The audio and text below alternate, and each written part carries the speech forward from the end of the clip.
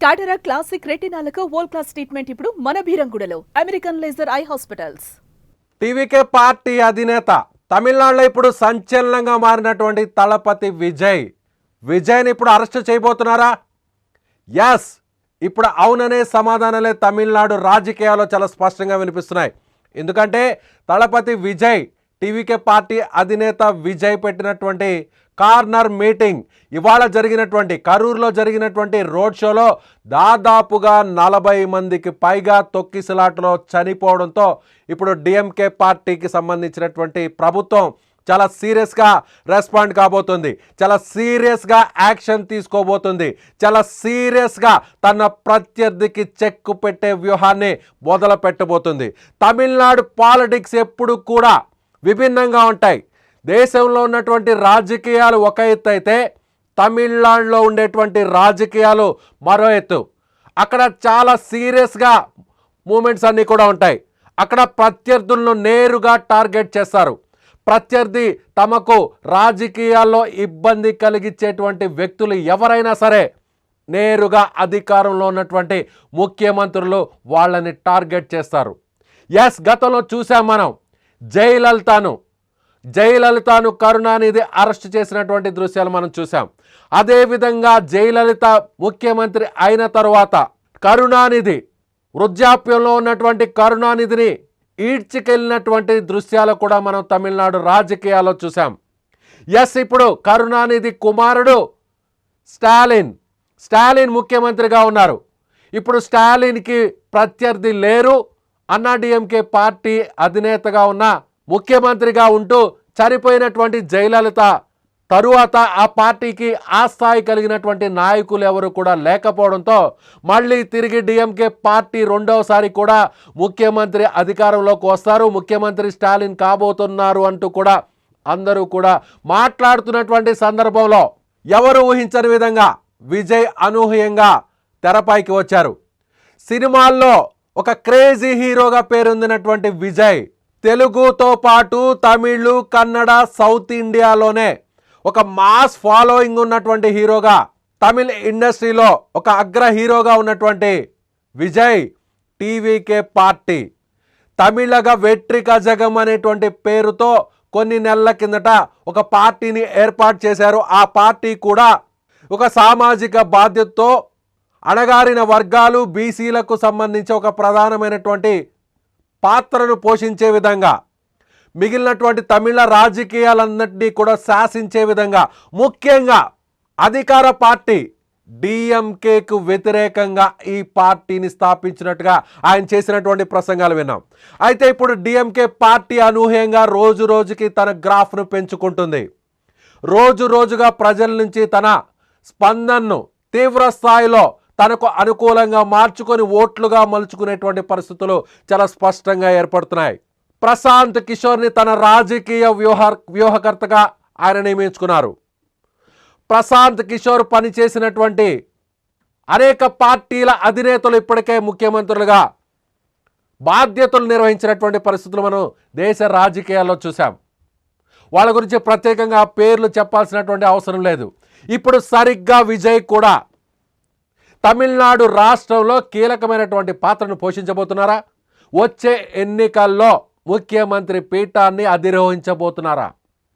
Yes, ఇప్పుడు తమిళనాడులో జరుగుతున్నటువంటి చర్చ ఇదే. ఈ చర్చ జరుగుతున్నటువంటి సందర్భంలో విజయ్ పెడుతున్నటువంటి మీటింగ్లకు, విజయ్ నిర్వహిస్తున్నటువంటి భారీ బహిరంగ సభలకు, విజయ్ నిర్వహిస్తున్నటువంటి రోడ్ షోలకు వేలాది మంది, లక్షలాది మంది తరలి వస్తుండడంతో అది డిఎంకే ప్రభుత్వానికి వ్యతిరేకత ఎక్కడ తీసుకువచ్చి డిఎంకే పార్టీ కొంప ముంచుతుందో అనేటువంటి భయాందోళనలు ఆ పార్టీలో మెల్లగా ప్రారంభమయ్యాయి. మొన్నటి వరకు లైట్ తీసుకున్నటువంటి డిఎంకే అధిష్టానం, మొన్నటి వరకు విజయ్ని కేవలం ఒక సినిమా హీరోగా మాత్రమే చూసినటువంటి స్టాలిన్ అనూహ్యంగా విజయ్కి వస్తున్నటువంటి ప్రజల్లో వస్తున్నటువంటి స్పందనతో అలర్ట్ అయింది. సో ఇప్పటికే కళిమొళిని కూడా స్టాలిన్ సోదరి ఎంపీ కూడా ఆమె నేరుగా విజయ్ని టార్గెట్ చేస్తూ ఇటీవల కొన్ని ప్రసంగాలు చేశారు. స్టాలిన్ కూడా పరోక్షంగా విజయ్ గురించి మాట్లాడారు. కానీ విజయ్ నేరుగా స్టాలిన్ని టార్గెట్ చేస్తున్నారు. విజయ్ కొన్ని పార్టీలను కూడా కలుపుకుపోవడానికి సిద్ధంగా ఉన్నారు. ఒకవేళ టీవీకే పార్టీ అన్నాడీఎంకే పార్టీ మిగిలినటువంటి పార్టీలు కలవడానికి ముందుకు వస్తే కెప్టెన్ విజయకాంత్కి సంబంధించినటువంటి పార్టీ కూడా ఆయన సతీమణి కూడా విజయ్తో కలవడానికి సిద్ధంగా ఉన్నట్టుగా ఇప్పటికే పరోక్షంగా ఒక ప్రకటన చేశారు. అలాగే జయలలితకు సంబంధించినటువంటి కుటుంబ సభ్యులు బంధువులు దినకరన్ కూడా ఆప్తులుగా ఉన్నటువంటి దినకరన్ కూడా విజయ్తో కలవడానికి సిద్ధంగా ఉన్నారు. అన్నాడీఎంకే కూటమి నుంచి బీజేపీతో తెగదెంపులు చేసుకుని బయటకు వచ్చినటువంటి దినకరన్ పార్టీ కూడా విజయ్తో కలవడానికి సిద్ధంగా ఉంది. ఇక మిగిలింది అన్నాడీఎంకే కానీ విజయ్తో చేతులు కలిపితే ఎస్ డిఎంకే పార్టీకి తలనొప్పిగా మారుతుంది. తలనొప్పి కాదు, కొంప మునిగే అవకాశం ఉంది. ఎస్ ఇప్పుడు ఇదే తమిళనాడు రాజకీయాల్లో విశ్లేషకులు అంచనా వేస్తున్నారు.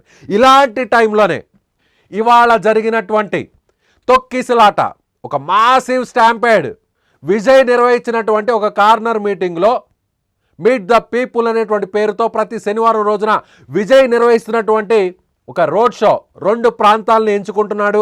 ఆ 2 ప్రాంతాల్లో కూడా తన రాజకీయాలకు సంబంధించినటువంటి ఎందుకు తాను రాజకీయ పార్టీని ఏర్పాటు చేసి తన విధి విధానాలను ప్రజలకు వివరించే క్రమంలో భాగంగా ఆయన రోడ్ షోని నిర్వహిస్తున్నారు. అయితే ఆ రోడ్ షో నామక్కల్ ప్రాంతంలో రోడ్ షో ముగించుకొని కరూరు జిల్లా కేంద్రానికి విజయ్ చేరుకున్నారు. కానీ అక్కడ దురదృష్టవశాత్తు 40 మందికి పైగా మృత్యువాత పడ్డారు తొక్కిసలాటలో. ఇప్పుడు ఈ తొక్కిసలాటకు ప్రధానమైనటువంటి కారకుడు టీవీకే పార్టీ అధినేత విజయ్ని ఇప్పుడు ఆ ప్రభుత్వం, ఆ పార్టీ డిఎంకే పార్టీ కార్నర్ చేయబోతుందా?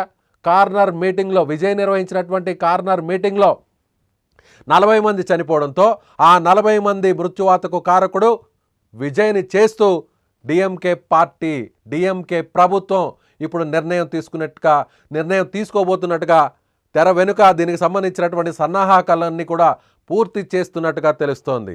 నిజంగా అదే జరిగితే తమిళనాడులో మిగిలిన రాష్ట్రాల్లో కాకుండా నేరుగా టార్గెట్ చేస్తారు ప్రత్యర్థుల్ని, నేరుగా అరెస్టుల వరకు తీసుకెళ్తారు, నేరుగా అరెస్టులు చేసి మరీ జైళ్లకు పంపుతారు. అది కరుణానిధి, జయలలిత అయినా, స్టాలిన్ అయినా, ఇప్పుడు విజయ్ అయినా. ఎస్, ఏం జరగబోతోంది? తమిళనాడు రాజకీయాల్లో అరెస్టుల పర్వం మళ్ళీ కొనసాగబోతుందా? విజయ్ని అరెస్టు చేస్తే విజయ్ అభిమానులు, విజయ్ పార్టీ కార్యకర్తలు మౌనంగా ఉంటారా? ఎందుకంటే ప్రభుత్వం ఒక వాదనని తెర మీదకి తీసుకురాబోతుంది. తమ పోలీసులు, తమ ప్రభుత్వం, తమ అధికార బృందం అనుమతులు ఇవ్వడానికి విజయ్ పార్టీకి సంబంధించినటువంటి ప్రతినిధులు ఇచ్చిన సమాచారం ఒకటి. అంటే కేవలం ఒక 10,000 మంది మాత్రమే ఈ సభకు వస్తారని చెప్పి అక్కడ 20 నుంచి 30,000 మంది జన సమీకరణ చేశారు. కాబట్టి ఇది నిబంధనలకు విరుద్ధం. కాబట్టి జన సమీకరణ చేసినటువంటి దానికి సంబంధించినటువంటి ఆధారాలు కూడా తమ వద్ద ఉన్నాయనేటువంటి ఉద్దేశంతో పోలీసు ఉన్నతాధికారులు విజయ్ పార్టీ మీద, విజయ్ మీద కేసులు నమోదు చేసేటువంటి అవకాశం ఉంది.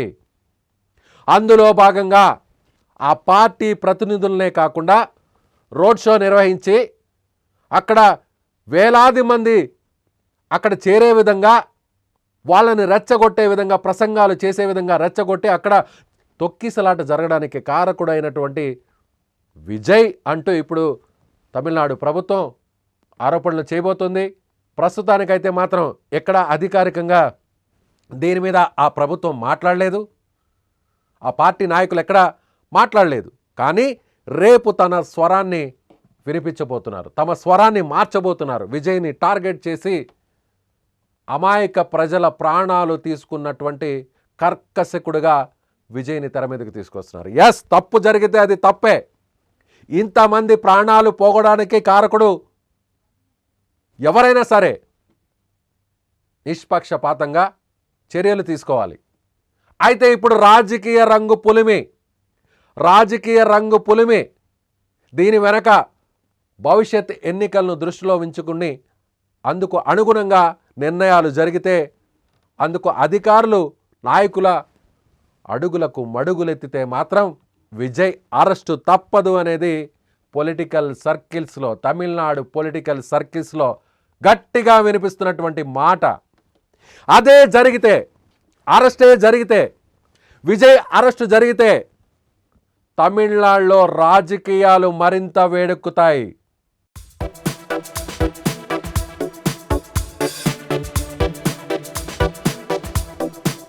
నమస్తే